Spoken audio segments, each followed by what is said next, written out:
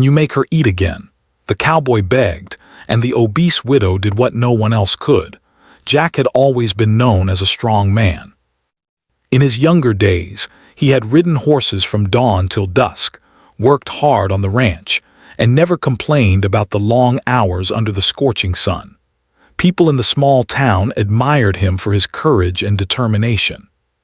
But now, in his 50s, Jack felt weaker than he had ever felt in his life. He could barely get out of bed some mornings, and the once bright energy in his eyes had dimmed. The cause was simple but frustrating. He had lost his appetite. No matter what he tried, he could not bring himself to eat. Meals sat untouched on the table, his stomach empty and his body slowly wasting away. Doctors had run every test they could think of. Blood work, scans, consultations with specialists, all came back inconclusive. There was no disease that could explain why Jack had stopped eating. Friends tried to help. They brought casseroles, pies, and soups, hoping that the smell of food might spark his interest. Some even begged him to eat, their voices heavy with worry, but Jack could not. Eating had become a burden, a task he avoided at all costs. Sometimes, he wondered if he would ever feel hunger again, if he would ever feel the joy of a warm meal in his mouth. It was during one long, lonely afternoon that Jack thought of Martha.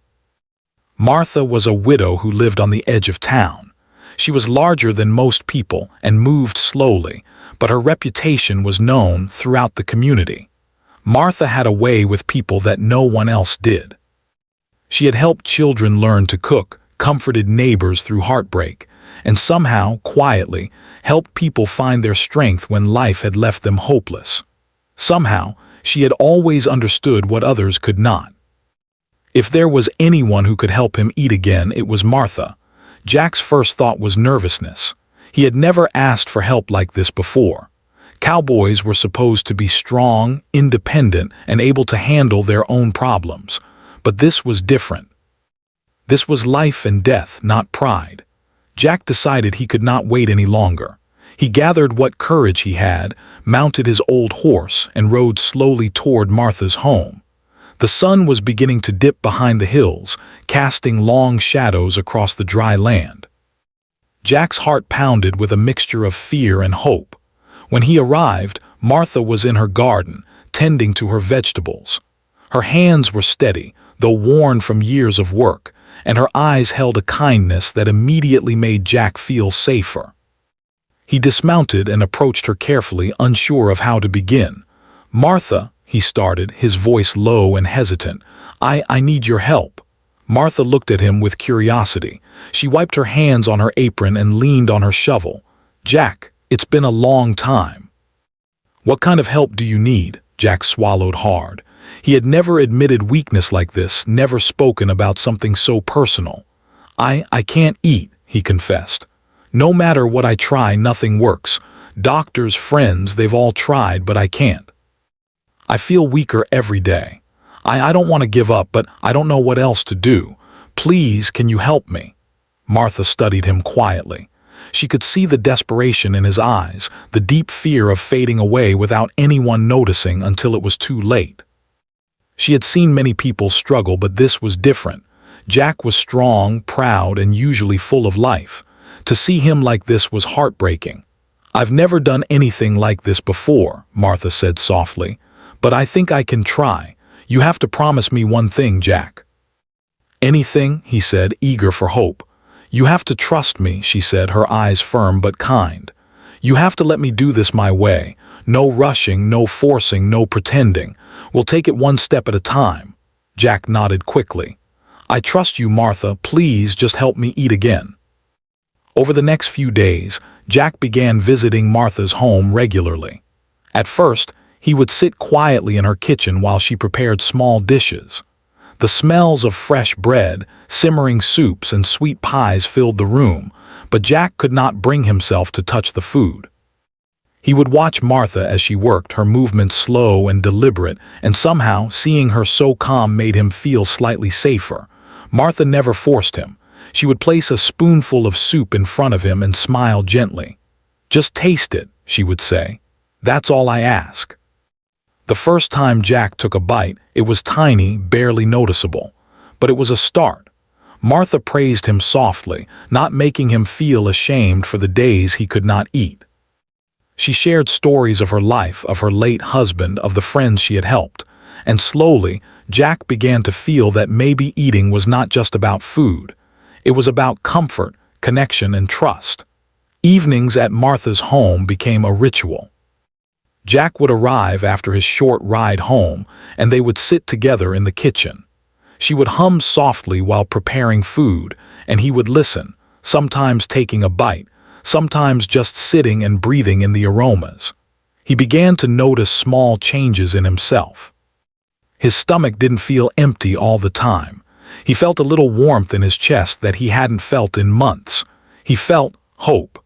Neighbors began to notice Jack's visits to Martha's home. Some whispered, some laughed quietly, not understanding why a cowboy would seek help from a widow. But Jack didn't care. He only cared that he was slowly returning to life. Martha, too, found herself changed. She had always helped people, but there was something different about Jack. His vulnerability, his willingness to admit weakness, and his determination to live touched her deeply. She felt honored to be part of his journey, and every small bite he took felt like a victory, not just for him, but for both of them. As the days turned into weeks, Jack began to look forward to his visits. The act of eating was no longer a chore but a connection with Martha, with life, and with himself. Each spoonful was a small triumph, each meal a step closer to regaining what he had lost. Jack still struggled. There were days when he could not eat at all, and frustration threatened to overwhelm him.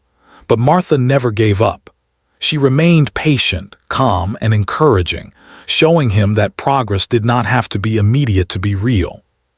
She reminded him that the mind often needed as much care as the body, and that healing could not be rushed. By the end of the first month, Jack had made remarkable progress. He was eating small portions, enjoying the taste of food again, and feeling his body grow stronger. Friends who had given up on him were amazed at the change. But Jack knew that none of it would have been possible without Martha's unique understanding, her gentle persistence, and her refusal to let him face his struggle alone. Jack's story began quietly, in a small kitchen filled with the smell of fresh bread and simmering soup. It was not a story of magic or miracles. It was a story of patience, kindness, and human connection. It was a story that reminded everyone in that small town that sometimes the right heart could do what doctors, friends, and medicine could not. And as Jack sat across from Martha one evening, tasting the creamy soup she had made with care, he realized something profound. It was not just the food that nourished him. It was the love, attention, and understanding behind it. It was knowing that someone truly cared, that someone refused to give up on him. For the first time in many months, Jack smiled, feeling not only hunger but hope returning to his life. Jack had started to feel small sparks of hope. Eating was no longer a complete struggle, though it was still difficult. Each tiny bite was a victory, each meal a reminder that he could slowly reclaim his strength. But he knew he had a long road ahead. The appetite he once had did not return all at once, and the fear of going back to days of emptiness lingered in the corners of his mind. Martha noticed it too. She could see the hesitation in Jack's eyes, the way he would glance at a plate of food and suddenly look away. She understood better than anyone that his struggle was not just physical, it was emotional. Eating was tied to fear, loss, and long months of helplessness. She knew that to truly help Jack, she had to reach deeper, to help him trust food again and trust life. One morning, Martha prepared a special breakfast.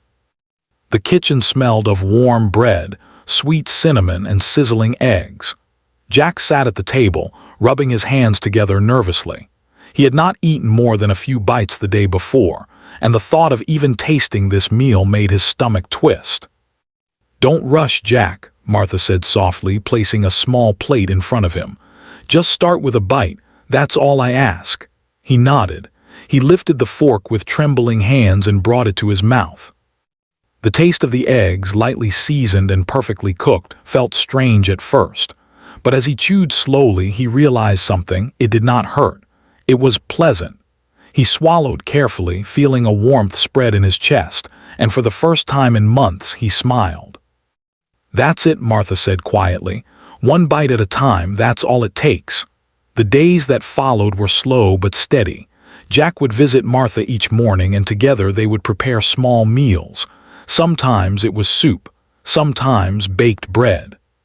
Sometimes a simple stew made from vegetables from Martha's garden.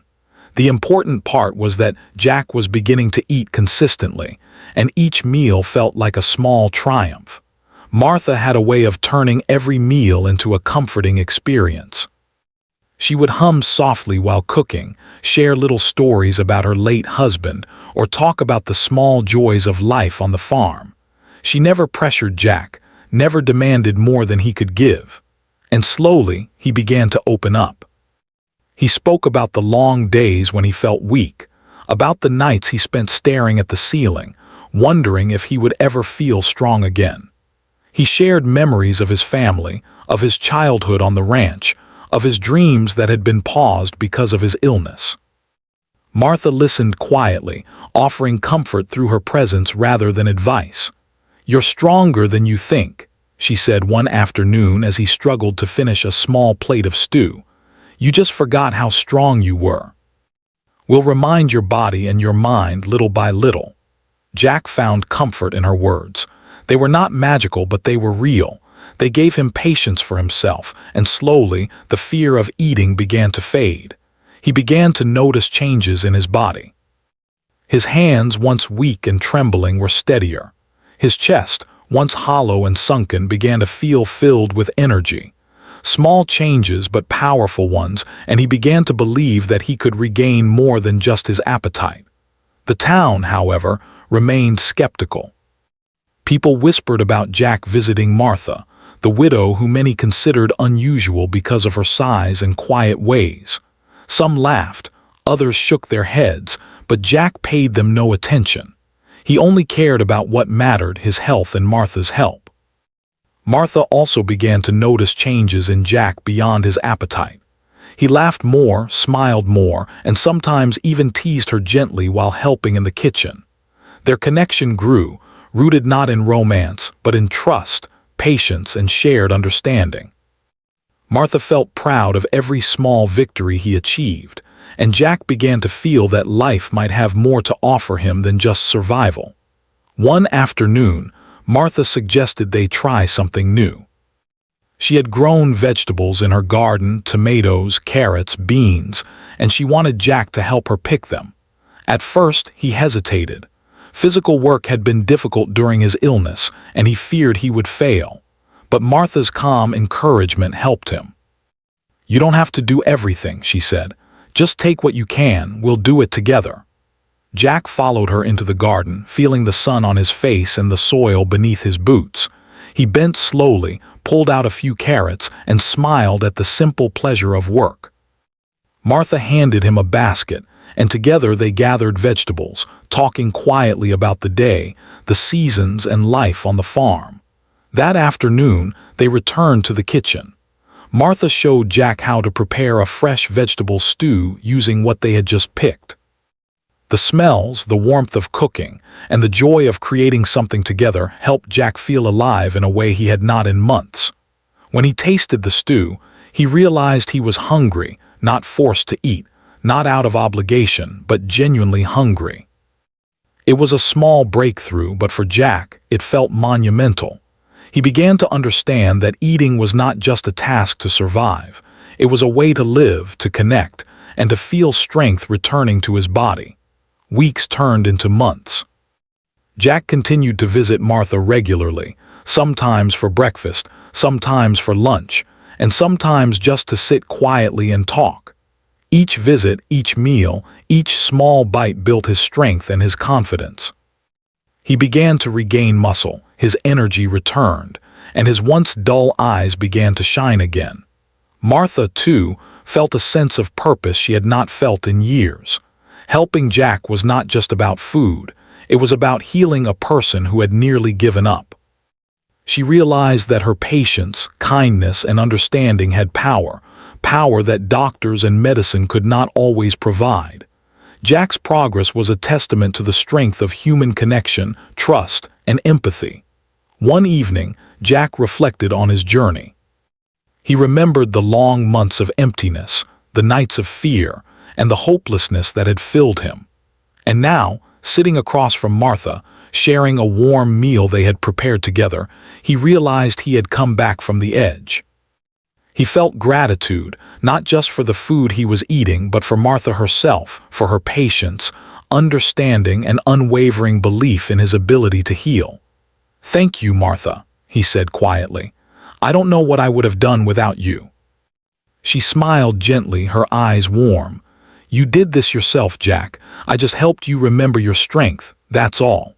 Their work together was far from over.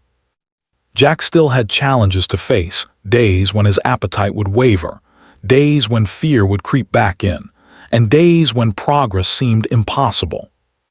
But now he faced these challenges with someone by his side, someone who believed in him, and most importantly, someone who showed him that healing was possible through patience, trust, and compassion. As the sun set over the small town, painting the sky in shades of orange and pink, Jack felt something he had not felt in months: hope. He knew that his journey would continue, that there would be more obstacles, but he also knew that with Martha's guidance and his determination, he could face them all. He had tasted life again, not just food, and that was a victory worth celebrating. Jack's progress had been steady, but it was far from easy. Each day brought new challenges, both physical and emotional. Some mornings he woke feeling weak and discouraged, his appetite barely stirring. But Martha's calm presence and gentle encouragement made the difference. She had learned to read his moods, to notice the subtle signs when he was ready for a bite, and to patiently wait when he was not. One morning, Jack arrived at Martha's home with a heavy heart. He had tried to eat the night before and failed, pushing away the plate after a single bite. He felt ashamed and frustrated. "I thought I was stronger than this," he muttered as he entered the kitchen. Martha looked up from the bread she was kneading. Her eyes were kind and steady. "Jack," she said softly, "some days will be harder than others. That doesn't mean you failed, it just means you're human." Jack sighed, sitting down heavily. He avoided her gaze. "I feel like I'm letting you down. You've done so much for me, and I still can't eat like I should." Martha wiped her hands on her apron and came to sit across from him. "Jack, look at me," she said. When he met her eyes, she continued, "You're not letting me down. You're learning to trust again, to heal again. That takes time, patience, and courage. You're doing more than you realize." Her words had a strange effect on Jack. They were simple, yet they carried a weight of truth he could feel deep inside. He had been so focused on his failures that he had forgotten to see his progress. Martha's gentle reminder gave him a spark of hope he had not felt in weeks. That morning, Martha prepared a small bowl of porridge, lightly sweetened with honey. She brought it to Jack and set it in front of him. "Just taste it," she said, smiling. "That's all I ask." Jack hesitated. The spoon trembled in his hand, but he remembered her words, took a deep breath, and lifted the spoon to his mouth. The porridge was warm, comforting, and sweet in a way that reminded him of simpler times. He swallowed carefully, then slowly took another bite. By the time the bowl was empty, Jack felt a sense of accomplishment that went far beyond the food itself. "This is good," he said softly, almost in disbelief. "I didn't think I could taste something and enjoy it." Martha smiled, her eyes twinkling. "You see, one step at a time. You're doing it, Jack. You really are." Over the next several weeks, Jack's journey continued. Martha introduced small challenges, designed to help him rebuild not just his appetite but his confidence. Some days, she encouraged him to cook a simple meal himself. He chopped vegetables and stirred pots of stew, careful but proud of each step. Cooking, she explained, would reconnect him to food in a new way, not just eating but creating nourishment for himself. At first he struggled. His hands shook, his energy waned, and he sometimes gave up before finishing. But Martha's quiet presence, her patience, and her gentle guidance made all the difference. She never criticized him, never made him feel ashamed. She celebrated every small victory, every spoonful he took, every plate he finished. Slowly he began to regain his strength, both in body and spirit. Martha also taught him about the power of joy in food.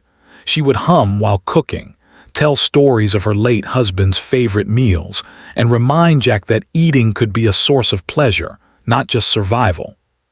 He began to remember small joys he had forgotten, the smell of fresh bread, the warmth of soup on a cold evening, the satisfaction of a meal prepared with care.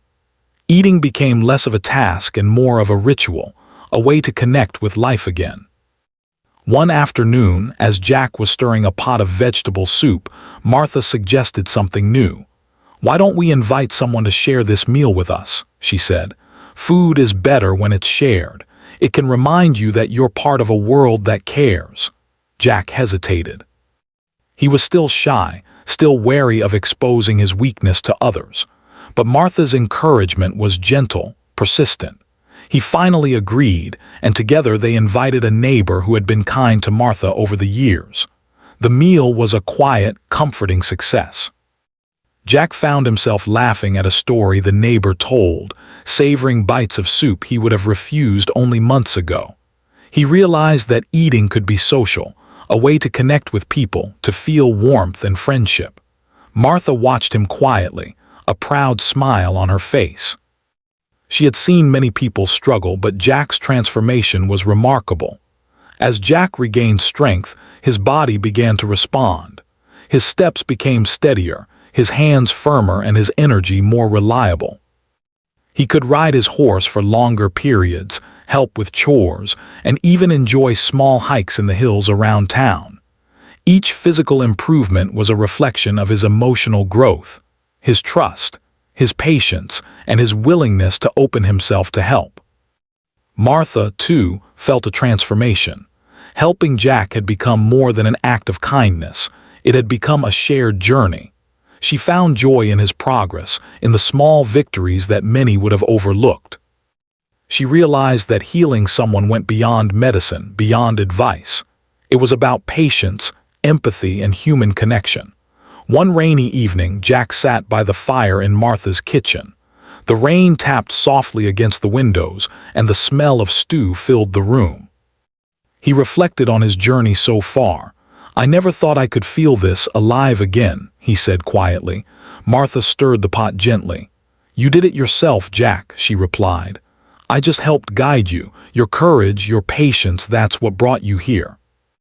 Jack shook his head, smiling faintly. "No, Martha, you saved me. I was ready to give up. No one else could have helped me the way you did. You understood something I couldn't even explain. You didn't just feed me, you healed me." Martha looked at him kindly. "Healing isn't about one person. It's about two people believing in what's possible. You believed too, even when you didn't realize it." The next few weeks brought more improvements. Jack could now eat full meals, enjoy the taste of fresh bread, and even help prepare dinner for Martha. Their kitchen had become a place of laughter, warmth, and trust. Jack had regained not only his appetite but a sense of belonging, of purpose, and of hope. Yet challenges remained. Some mornings he would wake with little appetite, and old fears would return. But Martha's steady presence reminded him that progress was not linear and that setbacks were part of the journey. Slowly, Jack learned to be patient with himself, to trust that even small steps could lead to great victories. One afternoon, as they prepared a simple salad from vegetables in Martha's garden, Jack paused. "You know," he said, "I never thought I would see the day when I would enjoy cooking again, or eating, or laughing over a meal. I forgot that life could feel this good." Martha smiled softly. "You just needed a little reminder, and maybe a little patience." Jack chuckled, feeling warmth spread through him. "More than a little," he said, teasing. "You've been my guide, my teacher, my savior in a way." Their connection grew stronger, rooted in trust and mutual respect. Jack realized that Martha's help was not just about food. It was about restoring his belief in life, in kindness, and in human connection. Each meal shared, each story told, each quiet moment together was part of a deeper healing. By the end of part 3, Jack had come a long way. He could eat full meals, enjoy the taste of food again, and even look forward to meals as moments of comfort and joy. But more importantly, he had regained hope. He no longer saw himself as weak or helpless. He had learned to trust, to believe in the power of patience, and to value the quiet, steady presence of someone who truly cared. Jack knew the journey was not over. There would still be challenges, days of struggle, and moments of doubt. But he had learned something far more important. With patience, kindness, and understanding, even the deepest struggles could be overcome. And he had Martha by his side, a steady light guiding him back to life, one small bite at a time. Jack had come a long way from the weak, hopeless man who had first ridden to Martha's home months earlier. He now woke up with energy he had not felt in years. His steps were steady, his hands strong, and his appetite had returned fully. Eating no longer felt like a struggle or a burden. Instead, it had become a source of life, connection, and joy. Each meal reminded him of the journey he had taken and the care that had helped him survive. But Jack also knew that the process had been more than just physical healing. His mind had healed alongside his body, and his spirit had found light again. He could laugh freely, share stories, and enjoy simple pleasures he had long forgotten. Every smile, every bite, and every conversation had built him back piece by piece. And at the heart of it all was Martha, the widow whose gentle patience and understanding had transformed his life. One bright morning, Jack rode his horse to Martha's home with a basket of fresh eggs he had collected from his small coop. The sun glinted off the fields, and a soft breeze carried the scent of wildflowers through the air. He felt a sense of pride as he approached her garden, where Martha was tending to her tomatoes. "Martha," he called out, dismounting, "I brought some eggs. I thought we could make breakfast together." Martha looked up, her face breaking into a warm smile. "That sounds wonderful, Jack. I'd love that." Together they prepared a simple breakfast, chatting and laughing as they worked. Jack cracked the eggs carefully, whisked them gently, and even added a bit of seasoning. Martha chopped vegetables, humming softly as she worked. The kitchen was filled with warmth, sunlight, and the comforting smell of cooking. As they sat down to eat, Jack felt a deep sense of gratitude. He remembered the first days when even a single bite had seemed impossible. Now he could enjoy a full meal with Martha, savoring each bite and appreciating the effort they had both put into his recovery. "You've come a long way, Jack," Martha said softly, breaking the comfortable silence. "You've worked hard, trusted yourself, and trusted me." "I'm proud of you," Jack smiled, feeling a lump in his throat. "I couldn't have done it without you, Martha. You didn't just help me eat again, you helped me live again." Martha reached out, placing her hand over his. "You did this yourself, Jack. I just guided you. But I'm glad I was here to remind you of your strength." Over the next weeks, Jack continued to regain not just his strength but his sense of purpose. He returned to the ranch, helping with chores and caring for the animals. The neighbors who had once doubted him now looked on in admiration. They saw a man who had faced despair and come back stronger, a man whose determination and trust in someone's kindness had brought him back to life. Jack also began to take pride in the small joys of life that had once seemed insignificant. He would ride his horse into the hills at sunrise, feeling the cool morning air on his face. He would share meals with Martha, experimenting with new recipes and laughing over small mistakes. He even began to invite others to join them, creating moments of connection and community.